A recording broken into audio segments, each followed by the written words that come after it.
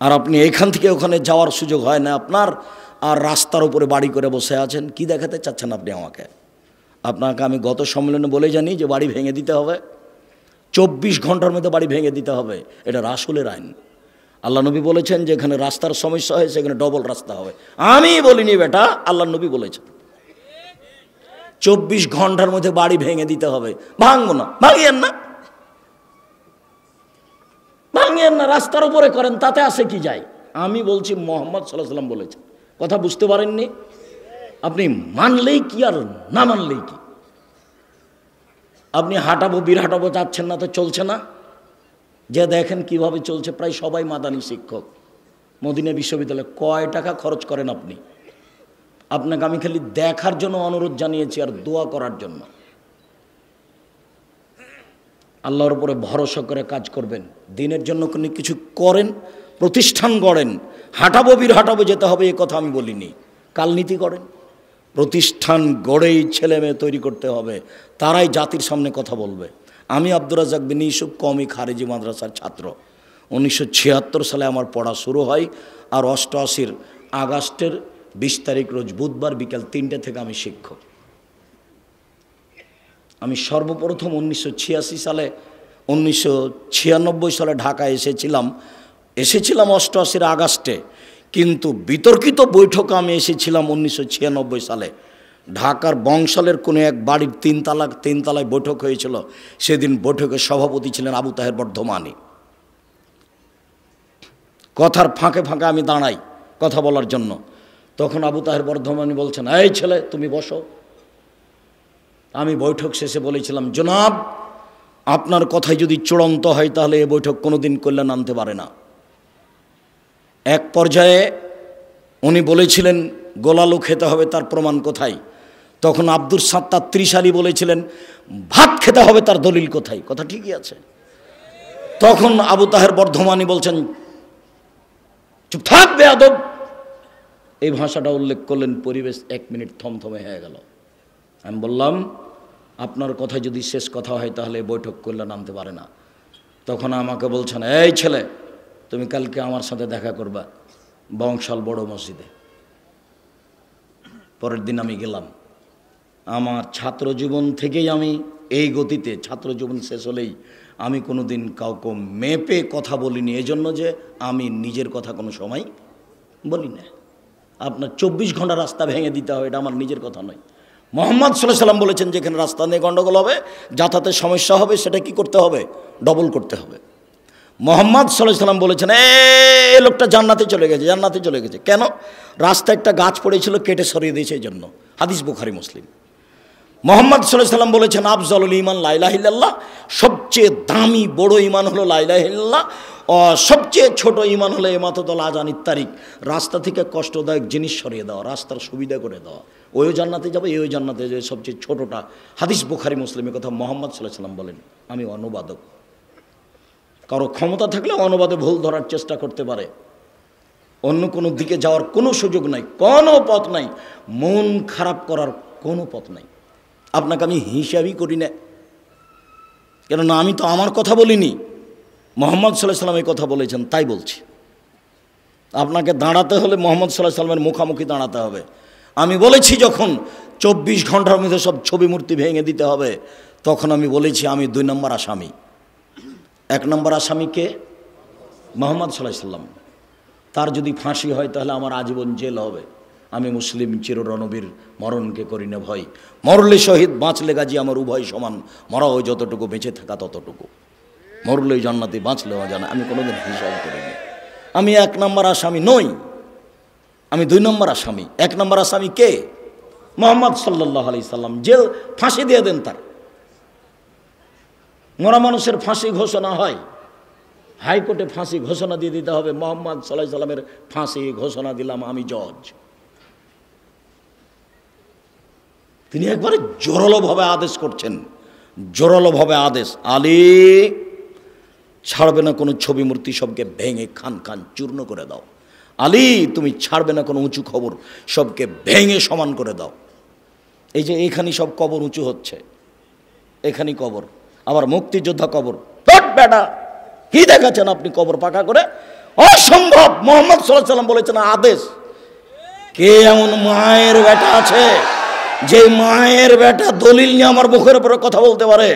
ক্ষমতা দিয়ে কথা বলা একেবারেই সহজ। আমি আব্দুর রাজ্জাক নিঃস্ব মানুষ, আমার বংশীয় ক্ষমতা নাই, আমি কোনো দল সংগঠন করি না, আমার দলেরও ক্ষমতা নাই, আমার বংশেরও ক্ষমতা নাই, আমার টাকারও ক্ষমতা নাই। যে কোনো সময় আপনি প্রতিশোধ নিতে পারেন, প্রতিশোধ নিতে সমস্যা হবে না। তবে আমি আব্দুর রাজ্জাক বিন ইউসুফ বলছি, মুহাম্মদ সাল্লাল্লাহু আলাইহি ওয়াসাল্লাম বলেছেন উঁচু কবর ভেঙে দিতে হবে। এবার বলছি, দেখি কোন মায়ের বেটা এই কথা 19-20 করতে পারে?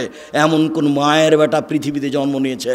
তার সাথে আমি মুখামুখি হতে প্রস্তুত রয়েছি। উঁচু কবর কেন? কি দেখাতে চাচ্ছেন আপনি? কি বলতে চাচ্ছেন আপনি?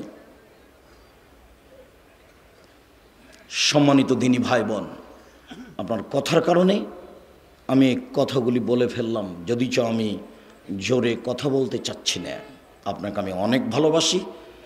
আমি আপনার কাছে যেটা চেয়েছি সেটা হচ্ছে এই, আপনি জামিয়া সালাফিয়ার জন্য দোয়া করবেন। আমার মনে বড় স্বাদ, এদেশের মাটিতে আমি উন্নত মানের প্রতিষ্ঠান গড়বই গড়ব ইনশাআল্লাহ। জামিয়া সালাফিয়ার ডাঙ্গিপাড়া পবা রাজশাহী প্রায় 20 বিঘা জমির ওপরে, এত বড় এরিয়া নেই এদেশে কোনো প্রতিষ্ঠান নাই, এ দেশে নাই। জামিয়া সালাফিয়া ডাঙ্গিপাড়া পবা রাজশাহীর মসজিদটার জমি হচ্ছে 90%। 3000 মুসল্লি একসাথে সালাত আদায় করতে পারবে। একতলা কমপ্লিট হয়ে গেছে, প্রায় কমপ্লিটই 2 তলার কাজ আরম্ভ হয়েছে। এখানেও আরম্ভ করতাম 3 বছর আগে, জমি ঠিক হয় না, মানে জমি ঠিক করতে পারি না আজ পর্যন্ত। একজন রাজি হলে আরেকজন হয় না, আরেকজন রাজি হলে আরেকজন হয় না। হাটাববির হাটাবল্লোককে বলেছি আগামীকাল যদি জমি ঠিক হয়ে যায় পরের দিন আমি কাজ আরম্ভ করবো ইনশাআল্লাহ। আজকে যারা আছে হাটাববির হাটাবল্লোক বলুক যে আসেন, কোথা থেকে জমি নেবেন নেন, যদি কালকে ঠিক করতে পারে পরের দিন আমি কাজ শুরু করবো ইনশাআল্লাহ। আমি প্রস্তুত আছি। কাজ কিভাবে হবে আমি জানি না।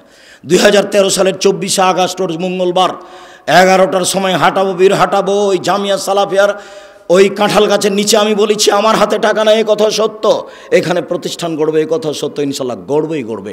65 বছর থেকে ওই সব জমি পড়ে আছে, 65 বছর থেকে।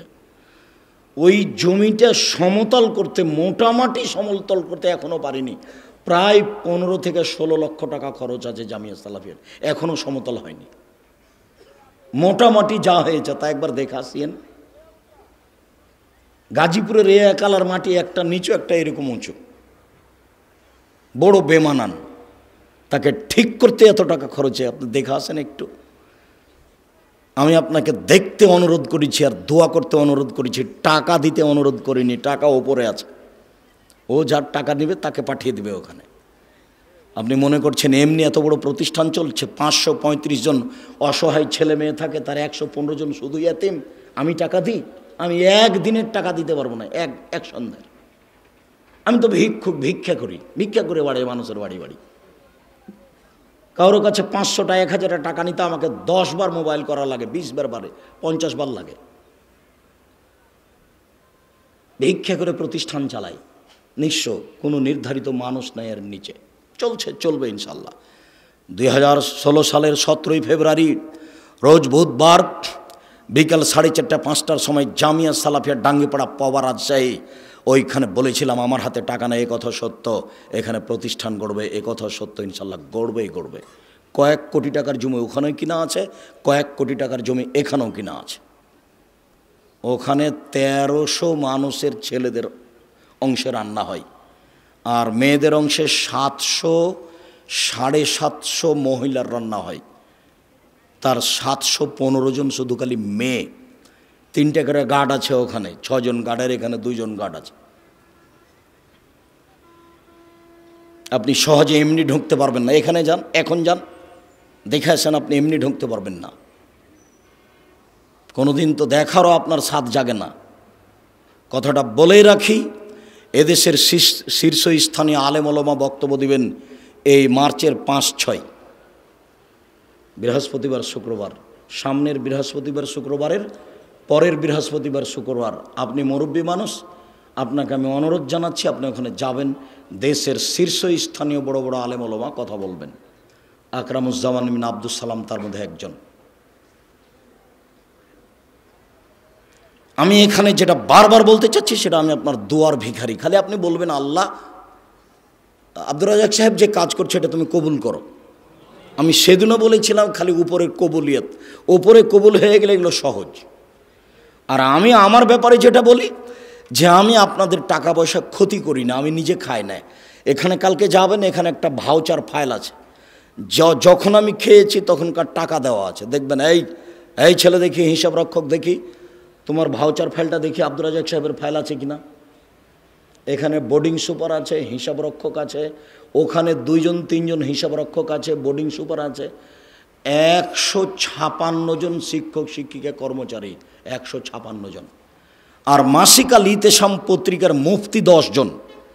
এদেশের আর একটা পত্রিকা বের করেন যার এই অবস্থা আছে, খালি মুফতি 10 জন। মাসিক আল ইতেসাম পত্রিকার প্রতি মাসে বৈঠক বসে। তার গত শনিবার রবিবার বৈঠক হয়েছে কি সোমবার, আমার দিনটা এখন মনে নাই, তবে এই সপ্তাহতেই 15 জন মানুষ কর্মচারী আছে, শিক্ষক আছেন। ওই মাসিক আল ইতেসাম পত্রিকার পিছনে 50টা প্রশ্নের উত্তর আছে, 50টা।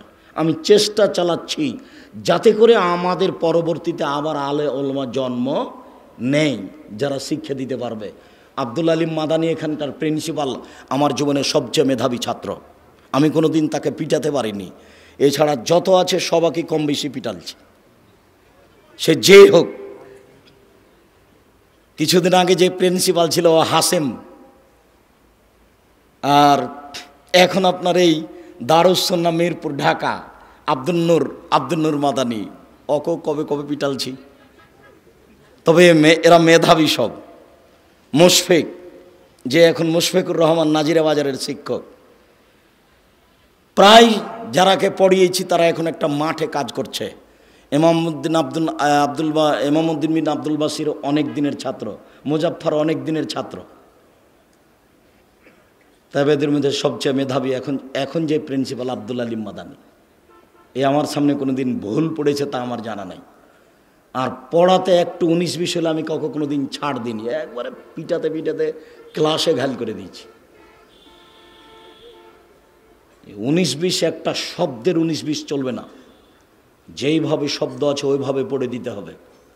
এই গতিতেই আছি, খালি একটু দোয়া করবেন, দোয়ার ভিখারি। মহান আল্লাহ বলেন, অমাই ইয়াতাওয়াক্কাল আলাল্লাহ, যে ব্যক্তি আল্লাহর উপরে ভরসা করবে আল্লাহ তার জন্য যথেষ্ট। শুআয়ব আলাইহিস সালাম বলেন, আমা তৌফিকি ইল্লা বিল্লাহ, আল্লাহ ছাড়া আমার কোনো শক্তি নাই। আলাইহি তাওয়াক্কালতু ওয়া ইলাইহি উনীব, আমি আল্লাহর উপরেই ভরসা রাখি, তার নিকটেই ফিরে যাব। মহান আল্লাহ বলেন আমাদের নবীকে, ফায়জা আযমতা ফাতাওয়াক্কাল আলাল্লাহ, মুহাম্মদ সাল্লাল্লাহু আলাইহি সাল্লাম, আপনি যখন কোনো কাজের সিদ্ধান্ত নেবেন তখন আপনি আল্লাহর উপরে ভরসা রাখুন। ইন্নাল্লাহা ইউহিব্বুল মুতাওয়াক্কিলিন, নিশ্চয় আল্লাহর উপরে ভরসা রাখে যে তাকে আল্লাহ ভালোবাসেন। বড় বড় পরহেজগার মানুষের আল্লাহ ভরসা, 2-1 নবী রাসূলের আল্লাহ ভরসা। আজকে আপনার জন্য আল্লাহ ভরসা। এই ছেলে, ওখানে দাঁড়িয়ে আছো কেন? তুমি কি দেখাশোনা করছো? যারা এখানে পাশ দিয়ে হাঁটছে তারা হাঁটছে কেন? তোমরা একটু দেখতে পাও না? আর যেখানে মহিলা আছে সেখানে কথা বলে কেন? তুমি একটু খেয়াল করতে পারো না? যাও দেখো। আর আপনি আমার দিনই বোন, দয়া করে, আপনার এটা স্বামীর বাড়ি নয়, এটা আপনার বাপের বাড়িও না, আপনার একটা লজ্জা থাকা দরকার। আব্দুর রাজ্জাক বিন ইউসুফ কথা বলছেন, আপনি কথা বলেন কোন লজ্জায়? কেউ যদি আপনার মাথার উপর দিয়ে গায়ের উপর দিয়ে চলে যায় তবু আপনি মুখ খুলবেন না, চুপ থেকে যান একবারে, পাথরের মতো থাকেন আর কান আমার দিকে লাগিয়ে থাকেন। আমি আপনার কিছু না কিছু উপকার করবো ইনশাআল্লাহ। আজকে বাড়ি থেকে বের হয়েছেন কিভাবে? বাড়ি থেকে বের হবেন কিভাবে? রাসূল সাল্লাল্লাহু আলাইহি ওয়াসাল্লাম বলছেন, বিসমিল্লাহি তাওয়াক্কালতু আলাল্লাহ লা হাওলা ওয়ালা কুওয়াতা ইল্লা বিল্লাহ। এ দেখেন, বিসমিল্লাহি তাওয়াক্কালতু আলাল্লাহ, আমি আল্লাহর নামে বাড়ি থেকে বের হচ্ছি, তারই উপরে ভরসা করি। আমার চলা থেমে যাওয়া আল্লাহর শক্তিতেই হয়। চলতে পারি ওরই শক্তিতেই, থেমে যাই তারই শক্তিতেই। বিসমিল্লাহি তাওয়াক্কালতু আলাল্লাহ লা হাওলা ওয়ালা কুওয়াতা ইল্লা বিল্লাহ। মনে থাকবে না? আজ থেকে বাড়ি থেকে বের হলে এটা ব্যবহার করবেন, বক্তব্যের সাথে মুনাফিকি করবেন না। এই ছেলে, আরেকজনের গায়ে হাত দিয়ে আছো কেন? রেডি হও, ঘুম আসে, একটু প্রস্তুতি নাও। আমার অল্প সময় কথা, আমি নিজেই ক্লান্ত, উপস্থিত হতে চায়নি। আসলে উসমান ভাই, মোশাররফ এরা খুব জোর করে উপস্থিত করেছে। তাদেরও ভালো হোক, তারা একটা ভালো কাজের জন্য চাপ দিয়ে নিয়ে এসেছে। দয়া করে আপনি অপ্রস্তুত অবস্থায় থাকবেন না। আর যখনই কোনো কাজ করতে চাইবেন, ছেলে বলল আব্বু একটা কলম আনিয়েন, তখন আপনি কি বলবেন? ইনশাআল্লাহ। আনবো এ কথা বলে থেমে যাবেন না। আনবো এই কথা বলে যদি থেমে যান, তাহলে কলম কিনে আনার দায়িত্ব আপনি নিলেন। আর যদি আপনি বলেন ইনশাআল্লাহ, তাহলে কলম কিনে আনার দায়িত্ব কার উপরে চাপিয়ে দিলেন? আল্লাহর উপরে। হোক আর না হোক, লাভও নাই লসও নাই, হলে ভালো না হলে ভালো। আমি তো কাজ কার উপরে চাপিয়ে দিয়েছি? উপরে উপরে। আমি বলেছি ইনশাআল্লাহ। আর যদি আপনি বলেন ঠিক আছে আনবো, তাহলে কাজ উপর নিজের উপরে নিয়ে নিলেন, নাও হতে পারে। সুলাইমান আলাইহিসসালামকে আল্লাহ ঠেকিয়ে দিয়েছেন। সুলাইমান আলাইহিসসালাম বলেন আমরা 100 জন বউ, সবার কাছে যাব, সব ছেলে জন্ম নেবে, সবাই হবে যোদ্ধা, যুদ্ধ করে দেশ দখল করব। উনি ইনশাআল্লাহ বলেননি। একটাও স্ত্রী সন্তান দিল না, একজন দিলে তো অর্ধাঙ্গ অচল। তখন আল্লাহ বলছেন সুলাইমান, ক্ষমতা দিয়ে কাজ হবে না, ইনশাআল্লাহ বলতে হতো। কাজ আমার উপরে চাপায়, কাজ আমার উপরে চাপায়। আপনাকে বলছি, এখন আপনাকে বলছি, উপস্থিত বৈঠকের মুসলিম বোন, কথা বলছো কেন? চুপ থাকো। উপস্থিত বৈঠকের মুসলিম বোন, আপনাকে বলছি, এদিকে খেয়াল করেন, আপনাকেই বলছি। কোনো কাজ করতে গেলে স্বামী একটা কাজ আপনাকে করতে বলল যে এই কাজটা করো, আমি আসছি, তা আপনি কি বলবেন? ইনশাআল্লাহ। বুঝতে পারলেন না মনে হয়? আপনি মহিলা মানুষ, এখনো গল্প করছেন নাকি? কি বলবেন? ইনশাআল্লাহ। স্বামী বলছেন তুমি এই কাজটা করো, আমি যাচ্ছি, তখন আপনি কি বলবেন? ইনশাআল্লাহ। তাহলে কাজটা আর একজনের উপরে চাপিয়ে দেওয়া হলো।